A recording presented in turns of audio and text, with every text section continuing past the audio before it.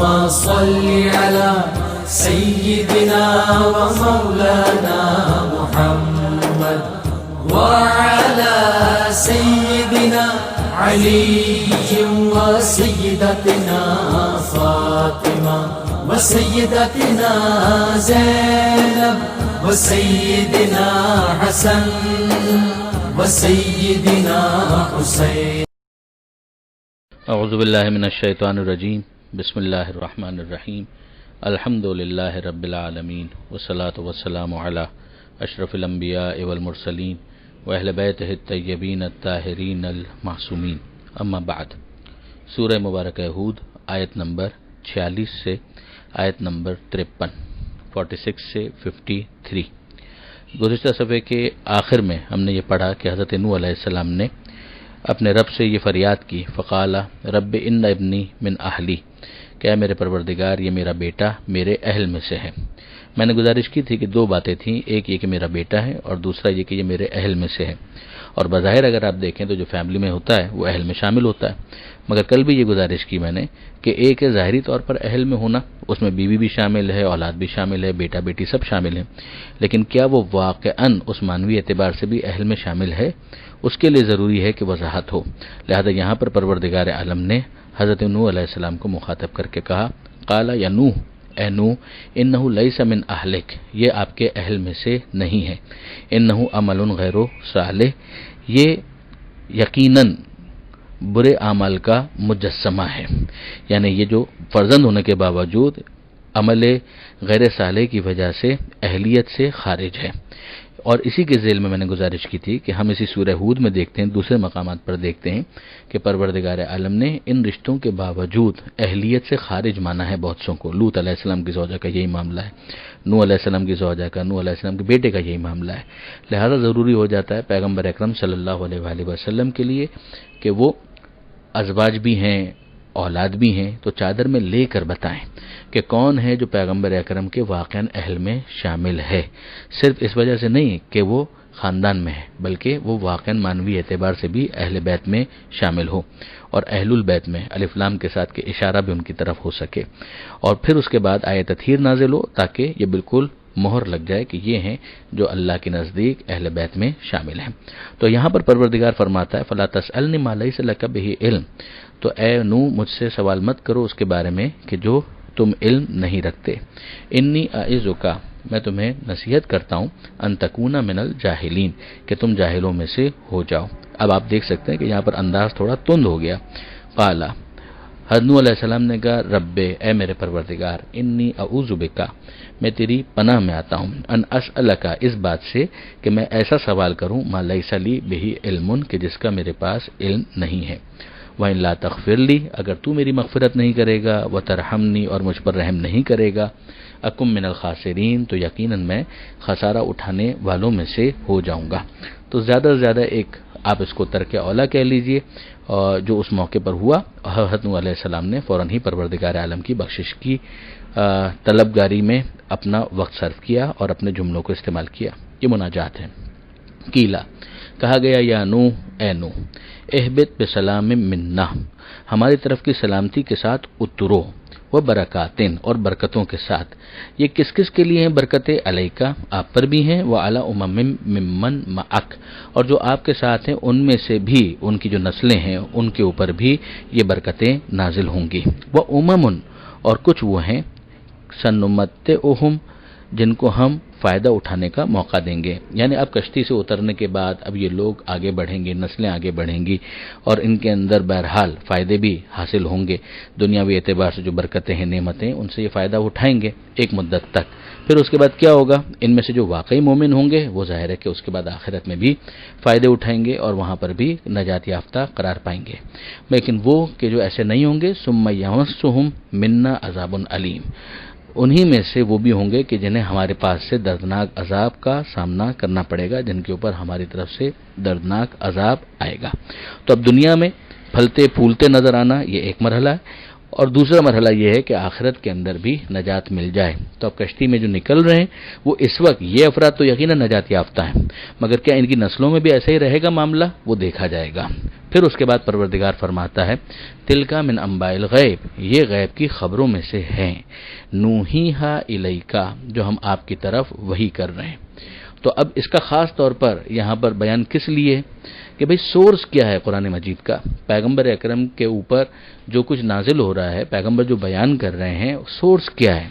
تو پیغمبر اکرم صلی اللہ علیہ وآلہ وسلم اس معاشرے کے اندر جو جاہلوں کا معاشرہ ہے، 25-30 سے زیادہ افراد کو پڑھنا لکھنا نہیں آتا، کوئی کتابوں کی لائبریری اس طرح سے اویلیبل نہیں ہے، تو پھر سورس کیا ہے ان کا؟ پیغمبر اکرم کا کوئی استاد تو ہے نہیں، پیغمبر اکرم کا استاد تو صرف اور صرف خدا ہے.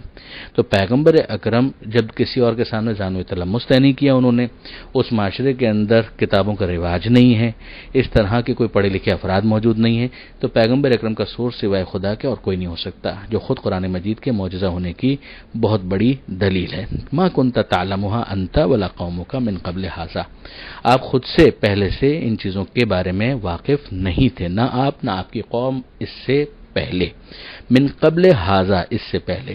اب ظاہر ہے کہ پیغمبر اکرم پر یہ فضل پروردگار جب بھی نازل ہوا وہ چاہے عالم نور میں ہوا، لیکن خدا ہی پیغمبر اکرم کا معلم ہے، خدا ہی پیغمبر اکرم کو علم دینے والا ہے، جس کو پھر بعد میں وحی کی صورت میں بھی نازل کر دیا گیا. مگر قوم جو ہے وہ تو حتماً اس سے پہلے نہیں جانتی تھی. تو پھر اب پیغمبر اکرم جو کچھ بیان کر رہے ہیں، جب یہ اسٹیبلش ہو گیا کہ کوئی اور سورس نہیں ہے، تو پھر خدا ہی سورس ہے، جو قرآن مجید کے کلام من اللہ، منزل من اللہ ہونے کی بہت اہم دلیل ہے. فاصبر، آپ صبر کیجئے، ان العاقبۃ للمتقین، یقیناً انجام پرہیزگاروں کے حق میں ہے. عاقبہ یعنی انجام، للمتقین یعنی متقین پرہیزگار، جنہوں نے اپنے آپ کو، اپنے نفس کو ڈسپلن رکھا، کنٹرول میں رکھا. اب یہاں پر حضرت علامہ سید علی نقی صاحب پھر متوجہ کرتے ہیں، یعنی جیسی نوح کو تکلیفیں پہنچائی گئی اور انہوں نے صبر سے کام لیا اور انجام میں انہیں کامیابی ہوئی، ویسے ہی آپ بھی صبر سے کام لیجئے، آخر میں کامیابی آپ کو ہو کر رہے گی. اس سے بھی ظاہر ہے کہ جناب نوح علیہ السلام کا صبر و ضبط خالق کی نگاہ میں مثالی حیثیت رکھتا ہے. اور یہ تصور کرنا کہ انہوں نے معاذ اللہ منشائے الہی کے خلاف بار بار قوم کے لیے بد دعا کی، حقیقت کے خلاف ہے. اب حضرت نوح علیہ السلام کے بارے میں جو کچھ بیان ہونا تھا، اس کے بعد پھر جناب نوح علیہ السلام کے بعد حضرت ہود علیہ السلام کا ذکر شروع ہوتا ہے، جن کے نام سے یہ سورہ موسوم ہے. اور ان کی قوم کا نام تھا عاد. وَإِلَىٰ عَادٍ أَخَاهُمْ هُودًا، اور عاد کی طرف ہم نے ان کے بھائی ہود کو بھیجا.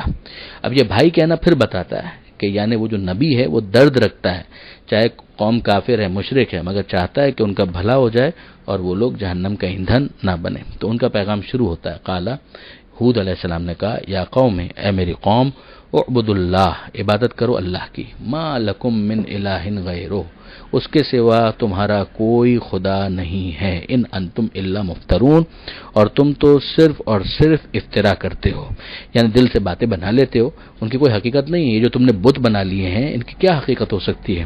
تو پہلا جو پیغام ہے وہ ہے توحید کا، شرک سے بیزاری کا. اور دوسری بات یہ کہ یہ جو تم افترا کر رہے ہو دین کے نام پر، یہ مت کرو، یہ توہمات کو حقیقت مت سمجھو. یا قوم، اے میری قوم، لا اسألکم علیہ اجرن، اس پر میں کسی قسم کے اجر کا طلبگار نہیں ہوں، یعنی یہ جو پیغام میں تمہیں دے رہا ہوں. ان اجری الا علی الذی فطرنی، میرا اجر تو اس کے ذمہ ہے جس نے مجھے پیدا کیا، جب کام میں اس کے لیے کر رہا ہوں تو اجر کا بھی طلبگار اسی سے ہوں. افلا تعقلون، کیا تم عقل استعمال نہیں کرتے؟ ویا قوم، اور اے میری قوم، استغفروا ربکم، اپنے رب کی بارگاہ میں استغفار کرو، یعنی جو گزشتہ ہو گیا اس کی بخشش طلب کرو. ثم توبوا الیہ، اور پھر اس کی طرف توبہ کرو، یعنی رجوع کرو. ہوگا کیا اگر تم نے ایسا کیا، استغفار اور توبہ، اس کا فائدہ کیا ہوگا؟ ظاہر ہے ہم جانتے ہیں کہ توبہ اور استغفار کا آخرت میں تو فائدہ ہے ہی، مگر آپ ذرا دیکھیے یہاں پروردگار فرماتا ہے کہ اس کا فائدہ دنیا میں بھی ہوگا، یعنی ہود علیہ السلام کے الفاظ میں کہ یرسل السماء علیکم مدرارا، وہ تمہارے اوپر مسلسل موسلادھار بارش نازل کرے گا.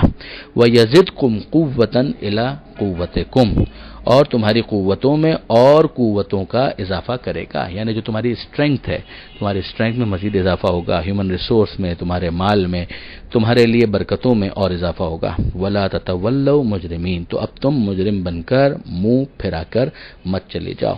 حالت جرم میں منہ پھرا کر جانا یہ تمہاری طرف سے بڑا کفران نعمت ہوگا. یعنی یہ حضرت ہود علیہ السلام سمجھا رہے ہیں. قالو، ان لوگوں نے کہا، یا ہود، اے ہود، ما جئتنا ببینۃ، تم ہمارے پاس کوئی بینہ تو لے کر آئے نہیں ہو، یعنی کوئی کھلی ہوئی دلیل لے کر نہیں آئے.